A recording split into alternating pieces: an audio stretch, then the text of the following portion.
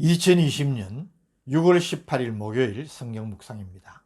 본문은 예레미야 2장 29절에서 37절 말씀입니다. 너희가 나에게 대항하면 어찌 됨이냐? 너희가 다 내게 잘못하였느니라. 여호와의 말씀이니라. 내가 너희 자녀들을 때린 것이 무익함은 그들이 징계를 받아들이지 아니함이라. 너희 칼이 사나운 사자같이 너희 선지자들을 삼켰느니라. 너희 이 세대여 여호와의 말을 들어보라. 내가 이스라엘에게 광야가 되었었느냐? 캄캄한 땅이 되었었느냐? 무슨 이유로 내 백성이 말하기를 우리는 노였으니 다시 죽게로 가지 아니하겠다느냐? 처녀가 어찌 그의 폐물을 잊겠느냐? 신부가 어찌 그의 예복을 잊겠느냐? 오직 내 백성은 나를 잊었나니 그 날수는 셀 수 없거늘 내가 어찌 사랑을 얻으려고 내 행위를 아름답게 꾸미느냐? 그러므로 내 행위를 악한 여자들에게까지 가르쳤으며 또 내 옷 반에는 죄 없는 가난한 자를 죽인 피가 묻었나니 그들이 담구멍을 뚫었기 때문이 아니라 오직 이 모든 일 때문이니라. 그러나 너는 말하기를 나는 무죄하니 그의 진노가 참으로 내게서 떠났다 하거니와 보라 내 말이 나는 죄를 범하지 아니하였다 하였으므로 내가 너를 심판하리라. 네가 어찌하여 내 길을 바꾸어 부지런히 돌아다니느냐? 내가 아수르로 말미암아 수치를 당함같이 또한 애굽으로 말미암아 수치를 당할 것이라. 내가 두 손으로 내 머리를 싸고 거기서도 나가리니 이는 내가 의지하는 자들을 나 여호와가 버렸으므로 내가 그들로 말미암아 형통하지 못할 것임이라. 아멘. 하나님과의 언약을 파기하고 우상을 숭배한 유다의 죄악상을 여러 비유로 지적한 압달락에 이어서 오늘 본문에서는 유다의 죄악이 공의로우신 하나님의 심판을 더 지체할 수 없을 만큼 심각한 상태에 이르렀다는 사실을 지적하면서 저들의 죄에 대한 하나님의 심판을 선언하는 내용입니다. 29절 너희가 나에게 대항하면 어찌 됨이냐?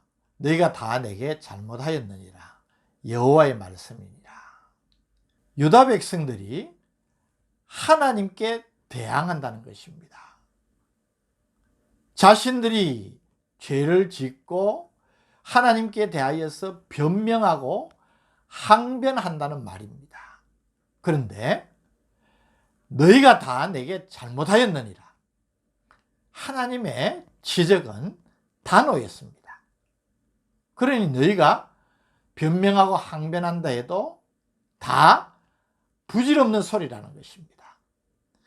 압달락에서 이미 지적했던 것처럼 저들의 우상 숭배의 범죄 사실이 너무나 분명해서 어떤 변명도 통하지 않는다는 사실을 말하고 있는 것입니다. 30절은 유다 백성들의 완고함이 더 이상의 방법이 없을 정도라는 점을 지적을 합니다. 30절 내가 너희 자녀들을 때린 것이 무익함은 그들이 징계를 받아들이지 아니함이라. 너희 칼이 사나운 사자같이 너희 선지자들을 삼켰느니라. 하나님께서 유다 백성들을 깨우치려고 때로는 선지자들을 통하여서 경고를 하시고 전쟁이나 기근 또는 질병을 통하여서 저들을 징계하시기도 했지만은 저들이 그 징계를 받아들이지 않았다는 것입니다.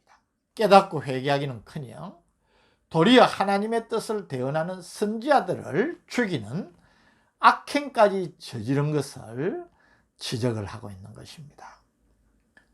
31절은 유다 백성들이 그런 죄를 범하는 것이 하나님의 은혜가 부족해서가 아니라 철저하게 유다 백성의 배은 망덕에 안 것임을 그대로 밝혀주고 있습니다. 31절 너희 이 세대여 여호와의 말을 들어보라.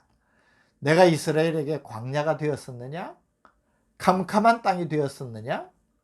무슨 이유로 내 백성이 말하기를 우리는 노였으니 다시 죽게로 가지 아니하겠다 하느냐? 주님이 지적하시는 것이 무엇입니까? 여기 광야는 소망이나 무엇을 얻을 가능성이 전혀 없는 곳을 상징합니다. 따라서 본문은 하나님께서 저들에게 부족하게 하거나 소홀히 하여서 저들이 무언가 부족했기 때문에 다른 무엇을 의지하고 구했다.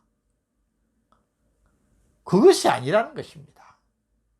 그래서 나는 너희에게 필요한 모든 것을 베풀었지 않느냐. 그런데 너희들이 어떻게 그런 죄를 범할 수 있느냐고 반어법으로 표현한 것입니다. 또 캄캄한 땅이 되었었느냐. 이 말은 내가 너희를 실망시키고 절망케 한 적이 있느냐라는 것입니다.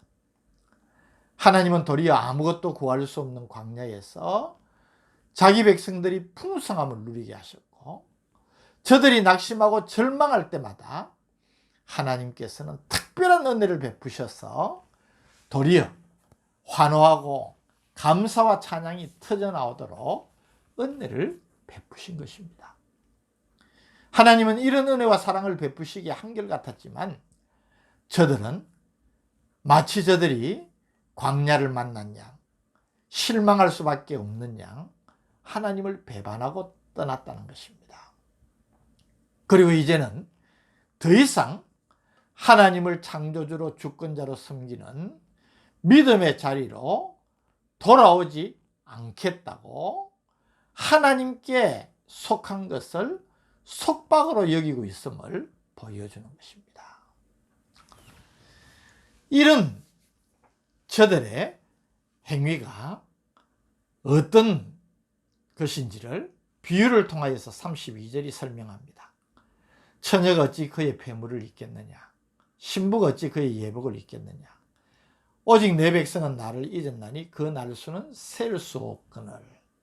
여기 처녀의 배물은 정혼한 처녀가 신랑 될 사람으로부터 정혼의 정표로 받은 선물입니다.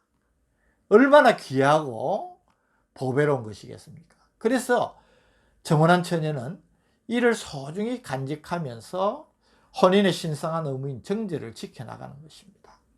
예복도 마찬가지 아닙니까? 신부가 혼인 때에 입었던 그 예복을 어떻게 잊을 수가 있겠습니까? 그 기쁨과 감격을 어떻게 무시할 수 있겠습니까? 유다는 하나님의 신부로서 하나님께서 주신 사랑의 정표를 알 수 있는 은혜를 소중히 간직하고 신앙의 정제를 지켜야 함에도 불구하고 도리어 하나님을 버리고 우상 숭배를 하는 음행을 저질렀다는 것입니다. 그리고 이런 음행을 저지른 지 이미 오래됐다는 것을 지적을 하고 있는 것입니다. 33절, 내가 어찌 사랑을 얻으려고 내 행위를 아름답게 꾸미느냐. 그러므로 내 행위를 악한 여자들에게까지 가르쳤으며. 유다 백성들의 우상 숭배 행위를 남편을 버리고 다른 남자의 사랑을 얻기 위해서 꾸미고 교태를 부리는 음란한 여인으로 비유하였고, 또 유다 백성들의 우상 숭배가 어쩌다가 미혹에 빠진 것이라기보다는 저들이 스스로 우상을 숭배한 적극적인 죄라는 사실을 지적하는 것입니다. 그래서 유다 백성들의 우상 숭배는 도를 넘어서 도리어 이방인들이 우상 숭배를 하는 것보다 한술 더 떠서 이방인들이 그것을 배워야 될 정도였다는 것을 지적하고 있는 것입니다. 하나님을 경외하는 믿음에서 떠나서 이렇게 배도의 길을 걸으니 이웃과의 관계에서 어떻게 하나님께서 요구하신 하나님의 뜻인 이웃 사랑이 실천되겠습니까? 34절, 또 내 옷 반에는 죄 없는 가난한 자를 죽인 피가 묻었나니 그들이 담구멍을 뚫었기 때문이 아니라 오직 이 모든 일 때문이라. 율법에 의하면 담구멍을 뚫고 침입한 도적은 현장에서 붙잡힌 변명의 여지가 없는 현행범이기 때문에 죽여도 무방했습니다. 그런데 이 유다 백성들이 죄 없는 가난한 자를 죽인 것입니다. 담구멍을 뚫은 도적이 아니라 가난한 이웃을 해야 하는 것입니다. 그들을 돕고 섬겨야 될 하나님의 백성들이 도리어 섬겨야 될 대상에 피를 흘렸다는 것입니다. 이런 엄청난 죄를 범하면서도 유다 백성들은 자신들의 잘못을 인정하지 않고 죄가 없다고 합니다. 죄를 죄로 여기지 않으니까 하나님의 심판을 의식하지 못하는 것이죠. 35절, 그러나 너는 말하기를 나는 무죄하니 그의 진노가 참으로 내게서 떠났다 하거니와 보라 내 말이 나는 죄를 범하지 아니하였다 하였으므로 내가 너를 심판하리라. 죄를 지적받았을 때에 하나님 내가 잘못했습니다. 내가 죄인입니다. 인정을 하고 회개하는 것이 하나님의 은혜를 구하고 회복하는 길입니다. 그런데 죄를 범하고 있으면서도 나는 무죄하니까 하나님의 진노와는 상관이 없다. 그렇게 한다면 그것은 바로 위선 아니겠습니까? 그래서 오늘 35절이 보라 네 말이 나는 죄를 범하지 아니하였다 하였으므로 내가 너를 심판하니라.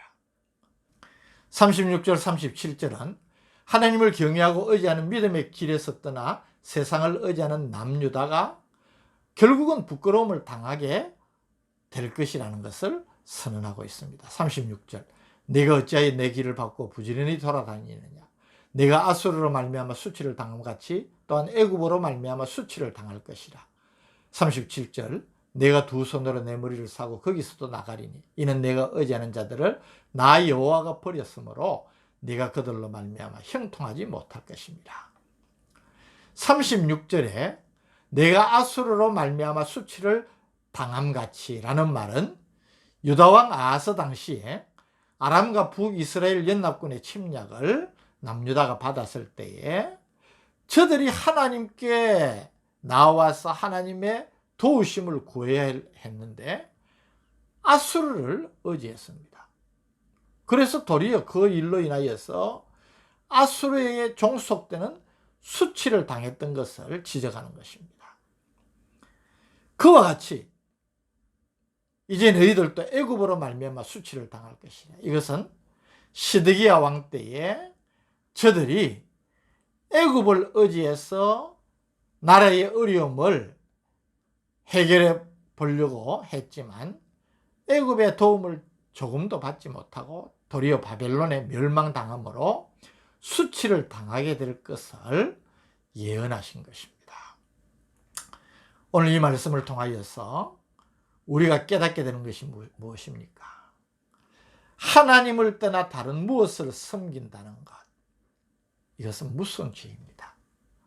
그것은 참 유일신 하나님께 대한 모독이고 세상 만사를 주권적으로 다스리시고 간섭하시는 하나님을 거부하는 모든 죄 가운데 근원적인 죄를 할 수 있습니다.